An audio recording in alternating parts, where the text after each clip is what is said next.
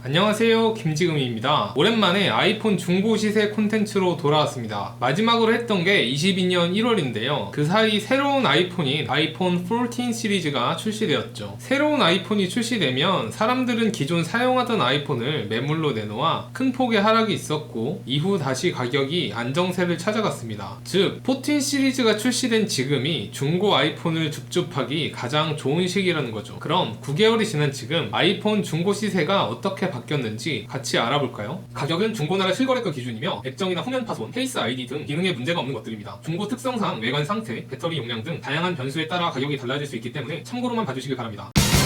지금에 와서 실사용하기 어려운 아이폰 6 이하 제품들입니다. 특히 아이폰 5 이하는 희소성으로 인해 사실상 소장용으로만 거래되고 있습니다. 애초에 소장용으로 보유하고 있는 신폰급 제품들은 20에서 30만원대에 거래되고 있으며, 그것을 제외하면 모두 5만원 선 미칩니다. 아이폰은 가격이 아무리 많이 떨어져도 5만원 밑으론 잘 안 떨어집니다. 제가 2014년에 아이폰 3GS를 5만원에 팔았었는데요. 8년이 지난 지금도 5만원이면 정말 대단한 것 같습니다. 상태가 좀 안 좋다 하면 3만원대에도 거래가 되긴 합니다. 다만 6 플러스 제품은 6만원, 6S 플러스 제품은 9에서 10만원 정도의 거래가 이루어지고 있습니다. 여러분들이 호구가 아니라면, 소장 목적이 아니라면 플러스 제품 구매는 안 하시는 걸 추천드립니다.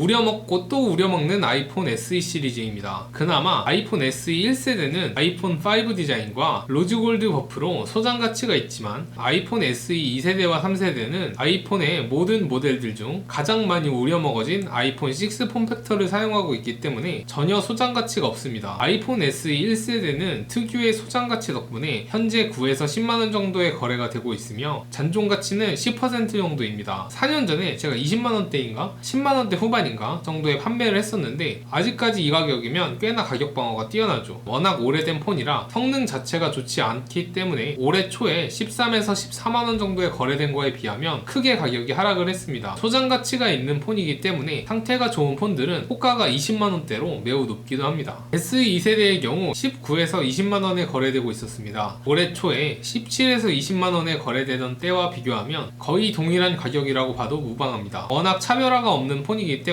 인기도 별로 없어서 가격 방어가 아이폰 치고 굉장히 안 좋았습니다. 하지만 이제는 떨어질 대로 떨어진 것인지 더 이상 떨어지지 않는 모습을 보여주고 있네요. 잔존 가치는 35%입니다. SE 2세대보다 더 사고를 끓이다 못해 우리고 우려먹은 3세대의 경우는 32에서 37만원 선에 거래가 되고 있었습니다. 이걸 사느니 2세대를 사서 돈을 아끼거나 돈을 조금 보태서 아이폰 11 프로를 구매하는 걸 추천드립니다. 잔존 가치는 54%입니다. 나온 지 1년도 안 된 폰인데 가격이 박살이 났죠.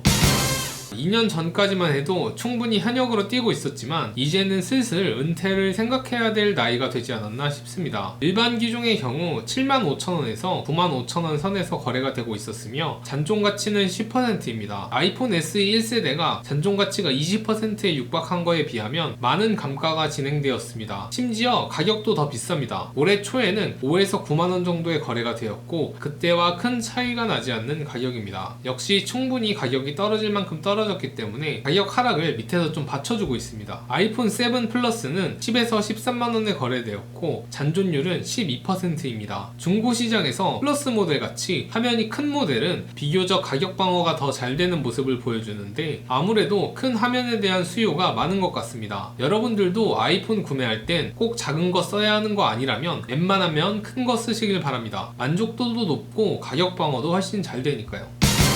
정말 지겹습니다. 이 디자인. 아이폰 10과 동일한 칩셋을 탑재했기 때문에 충분히 현역으로 뛸 수 있지만, 디자인이 너무 사골이라서 질릴 대로 질려버린 아이폰 8입니다. 디자인만 봐도 뭔가 되게 렉 걸릴 것 같이 생겼습니다. 그렇다고 이 디자인의 아이폰을 쓰시는 분들을 비하하는 건 아닙니다. 그냥 제 취향이 그렇다는 겁니다. 아무튼 일반 모델의 경우 10에서 15만원에 거래되었고, 잔존 가치는 15%입니다. 성능만 놓고 봤을 땐 가장 가성비가 좋은 제품입니다. 그렇다고 구매를 추천하냐?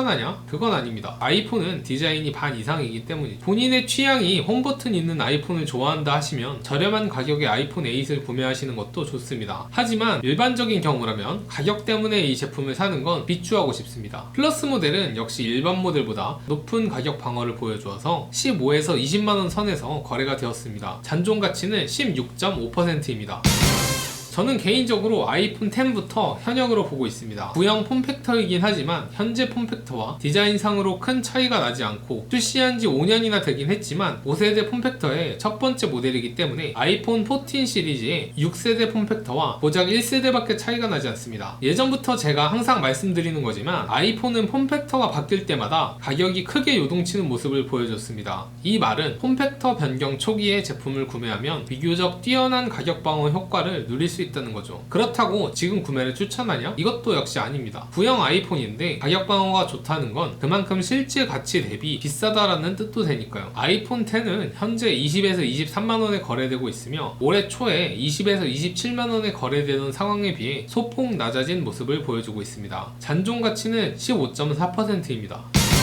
아이폰 10과 디자인이 거의 차이 없는 아이폰 XS이기 때문에 아이폰 10에 비해 감가가 좀 더 큽니다. 1년 뒤에 출시된 폰임에도 19에서 25만원 선에 거래가 되고 있습니다. 올해 초에는 25에서 28만원에 거래되는 거에 비해 가격이 많이 떨어졌습니다. 하지만 이제 중고시장에서 매물이 좀 귀해졌습니다. 높은 호가의 매물들은 종종 보이긴 하지만 빠르게 팔리지 않습니다. 감가가 많이 된 만큼 잔존 가치는 16%로 아이폰 10과 비교했을 때 1%도 차이가 나지 않습니다. 구매하려면 아이폰 XS를 구매하세요. 최고 가성비 아이폰으로 인정합니다. 반면 대화면의 맥스 모델은 여전히 비싼 가격을 형성하고 있습니다. 30에서 35만원에 거래되고 있고 잔존 가치는 21.5%입니다. 올해 초에 33에서 40만원의 거래가 이루어진 것에 비해 약간 하락한 모양새입니다. 잔존 가치는 21.5%입니다. 이거 살 바에 돈 좀 더 보태서 아이폰 11 프로 구매하는 게 더 낫지 않을까 싶습니다. 아이폰 XR은 29에서 25만원에 거래가 되고 있고 잔존 가치는 23%입니다. 신형 폼팩터를 사용하는 가성비 폰인 만큼 아이폰 SE 1세대처럼 가격 방어가 잘 되고 있습니다. 색도 컬러풀해서 소장 가치도 있는 듯 합니다. 하지만 가성비는 꽝이라는 거.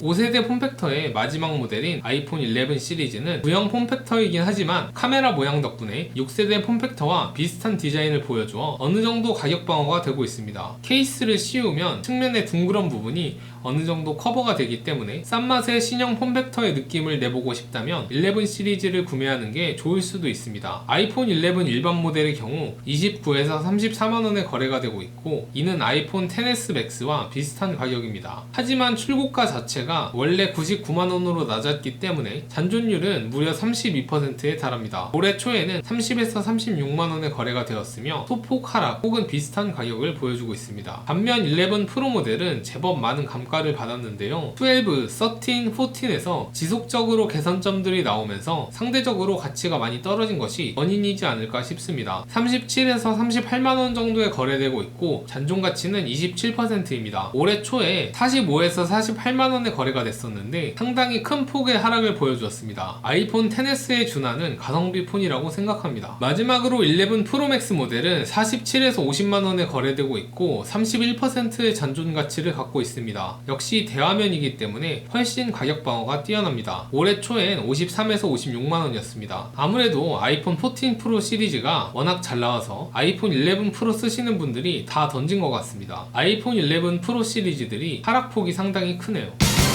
매년 아이폰 신형이 나올 때마다 중고 시세 조사하기가 너무 힘듭니다. 모델도 다분화돼서 조사해야 할 게 너무 늘었어요. 아무튼 아이폰 12 일반 모델은 아이폰 14까지 워낙 별 차이가 없다 보니까 사람들이 기변을 잘 안 하는 것 같습니다. 매물이 진짜 없습니다. 원래 신형 나오면 2년 차인 12 시리즈 매물이 쏟아져야 하는데 거의 대부분 프로 모델이더라고요. 프로 모델에서만 유의미한 변화가 있었기 때문인 듯 합니다. 덕분에 호가는 아이폰 12 프로와 맞먹을 정도로 비싼 60만원대에 올라오기도 하지만 실거래는 45만원 정도입니다. 올해 초에 52에서 60만원에 거래된 거에 비하면 매우 큰 폭의 하락인데 최근 실거래를 한 건밖에 찾지 못했기 때문에 유의미하다고 보긴 어렵습니다. 그냥 급하게 던진 사람 매물이 걸린 것 같습니다. 실질적으로 50만원대가 적정 시세라고 판단됩니다. 어쨌든 45만원 기준으로 보면 단종 가치는 41%입니다. 미니는 심지어 14 시리즈에서 단종이 되어버렸기 때문에 희소성이 커졌습니다. 실거래가는 30만원이었지만 이 역시 최근 실거래는 한 건밖에 찾지 못했습니다. 있습니다. 그만큼 매물이 거의 없고 나온 매물도 호가가 상당히 높습니다. 하지만 굳이 구매할 사람은 없기 때문에 거래가 되지 않고 있는 것 같습니다. 올해 초에는 36에서 41만원에 거래가 되었습니다. 30만원 기준으로 잔존 가치는 31.5%이며 이 가격에 구매할 수 있다면 상당히 가성비라고 생각합니다. 출시한 지 2년밖에 안 됐는데 가격이 3분의 1 토막이 나니까 갤럭시에서도 이 정도는 보기 힘들지 않나요? 미니 모델은 워낙 코어층에게만 인기가 있고 대중적으로는 인기가 없어서 가격 방어에 상당히 취약합니다. 특히 미니 내달라고 떼쓰던 사람들도 막상 미니 써보니 작은 화면과 적은 배터리에 실망해 프로 모델로 업그레이드 하는 경우가 많더라고요. 프로 모델은 63에서 68만원에 거래되었습니다. 올해 초는 75에서 80만원에 거래되었는데 1년도 안 돼서 10만원이 넘는 가격 하락폭을 맞게 되었습니다. 원래 디자인을 크게 바꾸지 않는 애플이라 폼팩터가 같을 경우 가격 방어가 상당히 잘 되는 모습을 보여주었지만 아이폰 11부터 동일 폼팩터 안에서 디자인 변화를 주기 시작해서 최근엔 동일 폼팩터 안에서도 제법 감가가 되고 있습니다. 디자인을 바꿀수록 기존 폰들이 구형이 되기 때문이죠. 그래도 새거를 살 때는 신형 폼팩터 첫 번째 모델을 사는 게 결국 가장 감가 방어에 좋습니다. 단지 방어력이 조금 더 안 좋아진 것 뿐이죠. 잔존 가치는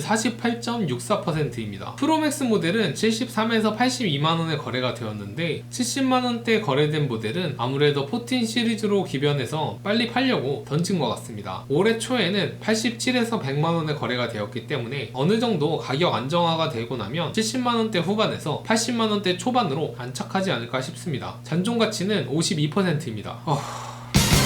드디어 마지막 챕터입니다. 진짜 이 콘텐츠 너무 힘드네요. 제가 자주 못 올리는 이유가 있습니다. 조사하고 대본 쓰고 이렇게 영상 찍고 하면 진이 다 빠져서 진짜 빡셉니다. 아우 자꾸 하소연해서 죄송합니다. 13 일반 모델은 올해 초에 85에서 90만원에 거래되었습니다. 그리고 현재 75에서 80만원에 거래되고 있는데 13 시리즈 자체가 실거래가 상당히 적습니다. 통신사 보조금을 받고 구매한 사람들은 약정 때문에 매물을 내놓지 못하고 자급제로 구매한 사람들만 물건을 내놓아서 공급 자체도 그렇게 많지 않은데 사람들은 굳이 감가 얼마 안 된 아이폰 13 시리즈를 14 시리즈가 출시한 지금 구매하려고 하지 않기 때문이죠. 올해 초에는 85에서 90만원에 거래된 것 대비 10만원가량 감가가 되었습니다. 잔존 가치는 72%입니다. 13 미니 모델은 50에서 61만원으로 가격 편차가 상당히 큰 모습을 보여주고 있습니다. 올해 초 70에서 81만원에 거래된 거에 비해 무려 20만원이나 감가가 되었으며 잔존 가치는 60%입니다. 미니 모델답게 감가가 엄청납니다. 마지막 미니 모델이기 때문에 이후로 어느 정도 가격 방어를 해줄 수 있지 않을까 하는 생각도 듭니다. 물론 미니 모델 치고입니다. 미니 모델은 배터리통이 작아서 오래 살아남기 힘들 것 같습니다. 13 프로 모델은 83에서 93만원에 거래가 되었고 잔존 가치는 65.5%입니다. 올해 초엔 105에서 109만원에 거래되었고 올해 초 대비 10에서 20만원가량 가격 하락을 보여주었습니다. 원래 신형 제품 출시되면 최근 제품들은 가격이 푹 하고 빠졌다가 다시 안정화되는 경향이 있기 때문에 지금 가격보단 다소 올라갈 것으로 전망됩니다. 13 프로 맥스 모델은 110에서 115만원에 거래되었습니다. 잔존 가치는 76.3%입니다. 올해 초에는 119에서 129만원에 거래되었는데 프로 모델보다 살짝 적은 감가를 보여주었습니다. 오늘은 이렇게 2022년 10월 아이폰 중고 시세를 알아보았습니다. 아이폰 14 시리즈가 환율 때문에 가격도 많이 오르고 해서 시세에 큰 변화를 주지 않을 줄 알았는데 역시 애플바들의 열정은 막을 수 없나 봅니다. 저 역시 아이폰, 아이패드 2대, 맥북 M1 프로를 쓰고 있는 초특급 앱등이로서 기변을 하고 싶긴 했지만 최근 증시 폭락으로 돈을 아껴야 하는 상황이기 때문에 어쩔 수가 없네요. 아무튼 시청해주셔서 감사드리며 오늘 내용 한 줄 요약을 하자면 아이폰 중고로 살 거면 XS 11 프로, 12 미니 중 하나로 사라. 저는 투명 케이스를 굉장히 좋아합니다. 세계 최고의 디자이너들이 디자인한 아이폰을 굳이 가리면서 사용하고 싶지 않기 때문인데요. 방어력이야 범퍼 케이스에 비하면 부족하지만 강화 유리 필름을 붙이면 정말 재수없는 경우가 아니고서야 액정이 깨지진 않으니 일상용으론 투명